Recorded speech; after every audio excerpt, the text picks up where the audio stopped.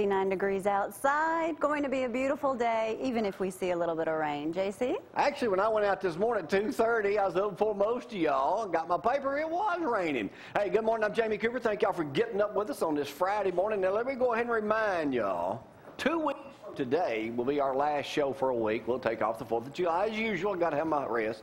But we will be cooking outside. We invite all of y'all to come up. The legendary Joey Boyd will have his big grill out front. Yay. We'll be cooking for everybody that morning. I expect 2,000 or 3,000 people to be stopping by at, 6 in the morning, right, Frank? Yeah, see, that's all you need. But anyway, here's what's coming up on today's program. Don't know if we'll have entertainment or not, probably not. Tom McAlister will join us in just a little bit. He's already gone through the drive-thru at Chick-fil-A early this morning. We'll be feeding everybody. Dr. Patrick English will be with us just a little bit later on, too, tell you how to keep your teeth all clean and everything. Plus, I was at a donut sale yesterday here in Athens, so we'll show you all about that. But right now, I've been thinking, we got retro television going now. Marcus Welby starts airing Monday morning at 10 o'clock here on ZTV 11. We got Leave It to Beaver and all that stuff. I said, well, as big as we're getting now with retro, we need to take it up a step, and we need to make our weather a little better.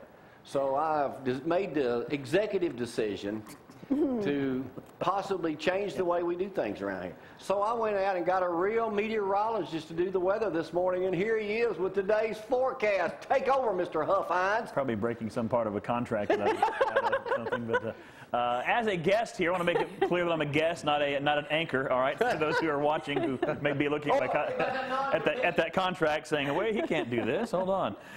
Temperatures outside right now, 69 degrees. Of course, some scattered rain showers on my window driving here this morning from my beautiful home, my palatial estate in Hazel Green. Today's high temperature, 90-something. 96. Yeah, I see. I'm going to be the guy that, after doing this for 27 years, that just goes up one day and it's going to start raining. I'm like, where'd this come from?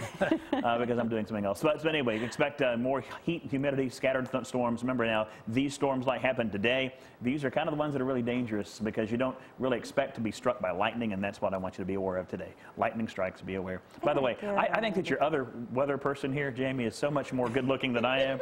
That's why they... Well, what we need to clarify first off, Dr. Huffines, is yes, we're joking about hiring him. We couldn't afford him, and we had to wait for. I'm assuming you have probably a year non-compete. Something like that, yeah. I'm all too familiar with that. How are you, Tom? I'm good. Yeah, you getting ready to go on vacation too, aren't you? Yeah, we're going to head down to Orange Beach here shortly. Well, stay out of the water. I will. I will. Rest, good to have you up there. Thanks for inviting me.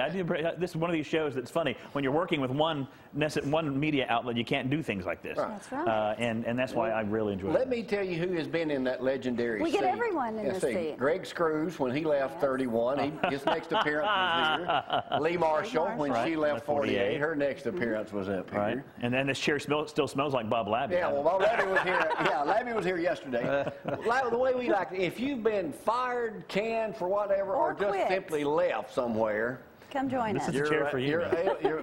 You can come and join us up here. No doubt. It is certainly good to have you up here. Hey, I know you're a big Facebook person. Yes, he is. Yes, article in USA Today this morning. Facebook, it turns out, isn't just a waste of time. People who use it have more close friends, get more social support, and report being more politically engaged than those who don't.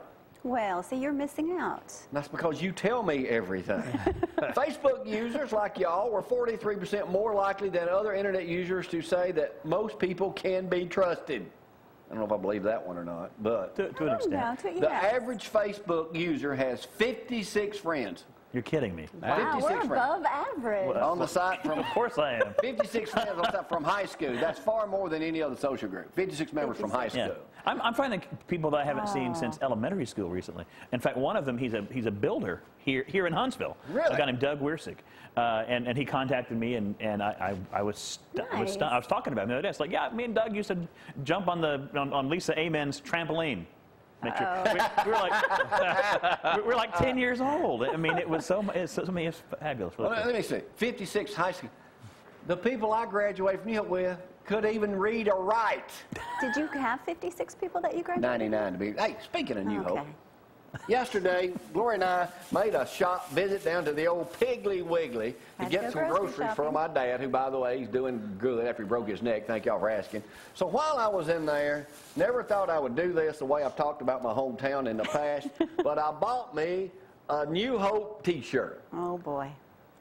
It only took, what, 50? Now, I can autograph this and sell this to you this morning for $19.95 if you'd like. Okay? Not. I remember driving through a little town in Arkansas one time, a little town called Little Hope, Arkansas. But the best place, though, as I was leaving town, a little church called Little Hope Baptist Church. And I thought, I don't want to go to that one. Yeah, Little Hope Baptist Church. That would be a good one. Hey, Mac, just want you to know this weekend, a big weekend coming up over at the mall. Former Alabama receiver Julio Jones, who was recently drafted by the Atlanta Falcons, will be signing autographs Parkway City Saturday. I know you'll be out of town, Mac. You won't be able to make it. He's an Auburn Silent fan. auction benefiting the Boys and Girls Club will be held. It's going to be expensive autographs. That's tonight, 6:30 to 7:30. Autograph fee is $59 per autograph. Really? I'll sign his name for free. Yeah, tickets may be Probably purchased. do a better job. There's a number, but he'll be over there. And I'll be able to read it. There's also other items. They'll have Brad Huffines autographed footballs and stuff like that. All that will be going on over there at the mall, so y'all get over for that. Leading me to my next subject here. Everybody knows who Paul Feinbaum is, right? Yes. You're a football fan? Oh, yeah. Oh, yeah, of course. You're not Alabama. You're not from here. No, I went to Oklahoma, so I'm a Sooner fan. But I usually pull for the Crimson colors, actually. Well, It's just kind Oklahoma's of supposed to be loaded this year. Yeah, they should be. One or two. Well, we pay those boys good money. Yeah, well, so does Auburn. Paul Feinbaum led it to the editor this morning. There was a lot of irony in Sunday's article about the Alabama-Auburn rivalry. The Huntsville Times did a special on that this past weekend. Hope you had a chance to read it. And it said that one of the people frequently quoted was Birmingham radio program host Paul Feinbaum. Everyone who even remotely follows football knows that Feinbaum is nothing but a pot stirrer. He and his ratings thrive on stirring up dislike between fans of the two schools with his baseless comments and ridiculous opinions. Of course. Most intelligent fans caught on to him a long time ago and no longer listen to him. It escapes me why the Times would even acknowledge the existence of him in an article examining the big rivalry when he does more to stir up hatred than anyone else in the state. It's radio. That's what they're supposed to do. You think you believe everything I tell you on this program? I hope not. I hope not. But I mean, that's fine. That's what he's supposed to do. He's doing his job. Does a good job of it. He's got a great radio show. I mean, it's a Bigger blast. now than ever. It's nationally syndicated, and Plus, he's a Tennessee grad. is he? That's the reason why he and he used stirs to work it for the up. Mobile Press Register. Well, if no one's And talking Tennessee about needs all the the good PR show, they can get right now. if no one talks about the show, If it's not gonna be nobody good. is stirring, you think Glenn Beck? Of course, he's lost his job, but I mean, he stirs up stuff on Fox. I mean, if you look at all any talk radio host of any political persuasion, that's how they get big. Right. Oh yeah, I mean, the more people that they stir up something, the better off it's going to be down the You've road. never been known to stir anything up. No. Most of the stuff I talk about is true. I don't believe it. Brad, one of the big subjects this week has been here. I'm sure you kept up with it if you've seen the Huntsville Times. Is the bucket list about the guy that used to work on the city. Yeah. And congratulations, by the way, on getting your bucket list. Yeah, I'm not going to ask the question on air. Nor off air, actually. Yeah, the bucket list has been a big topic going on. Hey, by the way, I fulfilled something on my bucket list. Good. And today's another one, by the way. Yeah. Just to let you know, being here. Being on this show, yeah. Right. And the other one was actually seeing the Bull Weevil Monument. That was literally on my bucket list. And my son is at Fort Rucker. He's an Army aviator. He's going through flight school after going to West Point. Smart kid like me. He's going to West Point? He went to West Point. Now he's going through Army aviation. So when I went down to see him at Fort Rucker, Enterprise is right there. Finally, I got to scratch. I've been wanting to see the Bull Weevil Monument since I was like 10 or 7 or something. So your son is a graduate of West Point? Man, congratulations. Yeah, I'm still waiting for the DNA test to come back. Yeah, that's going to be my next question. Now, right now, you aren't... you have chosen to end your on-air career. We'll talk more about that later. So what are you doing right now? Weather risk management, showing various companies, businesses, hospitals, nursing homes, anywhere where people gather and need more time to evacuate than 30 seconds. Showing them how to and giving them some tools, not giving them, I mean, you don't make money by giving stuff away, and helping them to plan and working for FEMA more. I've been a FEMA consultant for 15 years, 16 years, and now I'm working with them for them a lot more. Really my passions, it's not being on camera, it's helping people know what to do before the weather gets bad. Now also, you were with CNN for a long time also. Yeah, about 6, 7, 8, I don't know how many years. Worked for them for a long time. And I think that's when I realized, talking to Gloria a minute ago, that's when I realized that TV, if being on national television doesn't doesn't make you think, this is what I want to do. When I was on for several years and I realized it's not something, it didn't, I wasn't excited about still doing it. There's something else that drove me, and it's not being on camera, it's emergency weather information. That's my biggest passion. That's good. Good for you. My passion is being on TV. Yeah, oh yeah, of course. That's right. Being able to talk on TV. Plus it pays the bills. It helps. Yeah, definitely helps. You live over in Hazel Green. Yep, live in Hazel Green, on my palatial estate. Yeah, so you're going to stay in North Alabama then. Yeah, there's no reason to leave here. It's fabulous. I like it a lot. I'm going to ask you this question again. I'm going to ask you, why is it, and you're a certified meteorologist, not like our, make do weather person here who looks great. Thanks. Why is it we get so many tornadoes here in North Alabama? The proximity to the Gulf, proximity to the storms. I was talking to one of my clients actually in South Alabama a few weeks ago, and the CEO of this big company was in the room simply because he wanted to. He was a pilot and loved weather, and he asked me, why do we have so many big long track things here? And I explained the difference between why F5s happen in Oklahoma, but they'll only go 20, 30 miles. Yeah. F5s happen here and go 120 miles. And there's a reason why we got into angular physics. And I've been wondering about that one. yeah, exactly. That's right. I won't Tone bore it you down with just a bit. and he was sitting there, and everybody else in the room was like, oh, here he goes again, the CEO. No. And we talked for he kept it going for like 20 minutes. We talked about angular physics and all like that the kind movie of stuff. Twister, which was filmed in Oklahoma, almost, or close. Right. The tornadoes are small, or they appear to be. Right. Well, but here they're like. Well, and a lot of them are big, but again, they're only on the ground for 15, 20 minutes. 15, 20 miles. Yeah. But since the storms move slower in the plains, here, and it's just because you're, whatever, a storm moving 70 miles an hour here on the ground for an hour will move 70 miles. A storm moving 35 miles an hour there will move 35 miles. So it's still on the ground for the same amount of time. It's just that things move so much faster. Now, see, y'all know why I invited him up here today. I wanted to get educated, help all you folks out there who know about as much about it as I do. And of course, if you have a business and you're looking at your weather risk management plans, a lot of folks are doing that right now. Not just individuals, but a lot of folks are looking at what they're doing for the companies. We need more time than 30 seconds. Do we need to shelter or not? One of my clients. Well, that's what they're talking. The big deal now in these counties locally is putting these shelters there. Are you working with any of those folks? No, and in fact, for the first time in my life, I can say, if you have storm cellars and you want an endorsement, I can work an endorsement deal for you. No, I'm just going to ask you because you need. I was just going to ask you because we got a good friend who's doing that now. Yeah. No, and he got plenty of money. Yeah, there's literally. Obviously, I would be your agent. Well, of course. You'd represent me for that transaction. Yeah, 50% fee. There's certain tornadoes like the one we had on April 27th, the big one, the F5, that the Weather Service has found that 80% of those who were above ground sheltering properly were getting killed.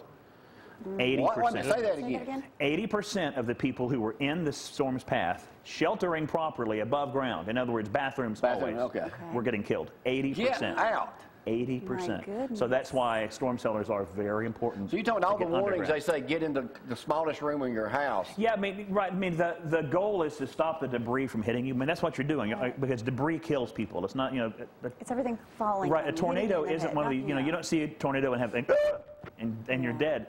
You get hit by things. You get torn apart in some cases. They're horrible stories, and many of you know them from recent experience. Right.